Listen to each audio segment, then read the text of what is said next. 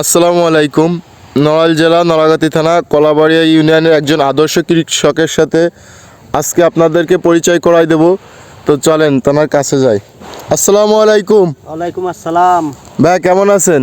আলহামদুলিল্লাহ, আল্লাহ রাহিছে ভালো। তো আপনাকে দেখতে চাই পিএসগুলো এইভাবে ভেঙে দিছেন, এই দিলে কি লাভবান হবেন আপনি একটু যদি আমাদেরকে জানাইতেন, তাহলে অন্য কৃষকরা এইভাবে চাষাবাদ করতো। এই পিএসগুলো আসলে মূলত এই পিএস একটু পাতাই পিএস। জি, এই পিএস, এই একটা পিএস দেখাই। একটা বের করেন তো ভাইয়া। এগুলো এই পিএসটাই, এই যে জি জি, এই পিএসটার পাতাই পিএস।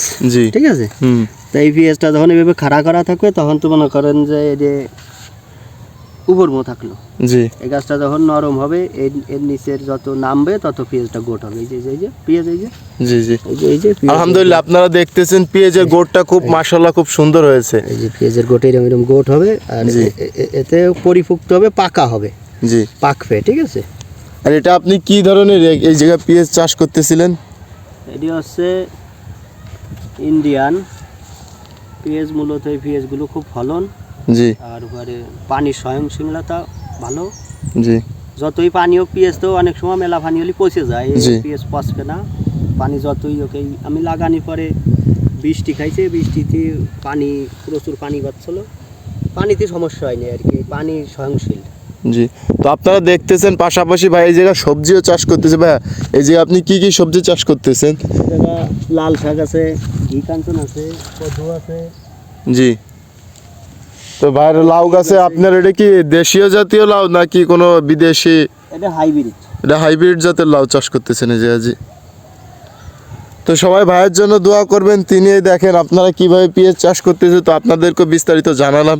তিনি মূলত এই পেঁয়াজটা কয় মাস পর আপনি মানে কতদিন বয়স এটা এইভাবে ভেঙে দেন আপনি? এটা তো 2.5 মাসের ফসল। এর ফসলের মান গুণ দেখে আর কি, ফসলের গতি বুঝে তারপরে। তো উনি আপনার দিন তারিখ হিসাবে এটা ভাঙে না আর কি, ফসলের যে কাণ্ড কাঠামো উনি এইগুলো দেখে ফসলের যে গ্রোথটা দেখে তারপরে তিনি এইভাবে সুন্দর করে ভেঙে দিছে। ভেঙে দেওয়ার একটাই উদ্দেশ্য, এই যে ভেঙে দিছে এর উপর যে সাইডটা একটা আপনার গাছে যদি কাণ্ডটা পুরোপুরি থাকে এই রসটা উপর দিক চলে আসে, এখান থেকে আপনার কালি বেরোবে, অনেক কিছু বেরোবে। আর এটা ভেঙে দিলে এই রসটার উপরে আসতে পারবে না। তা আপনার ভিতরে যে মেন যে পেঁয়াজের গুটিটা আপনার অনেক বড় হবে, এই কারণে তিনি এইভাবে ভেঙে দিছে। তো আপনারা চাইলে এইভাবে চাষাবাদ করতে পারেন, ইনশাল্লাহ আপনারা সবাই লাভবান হবেন।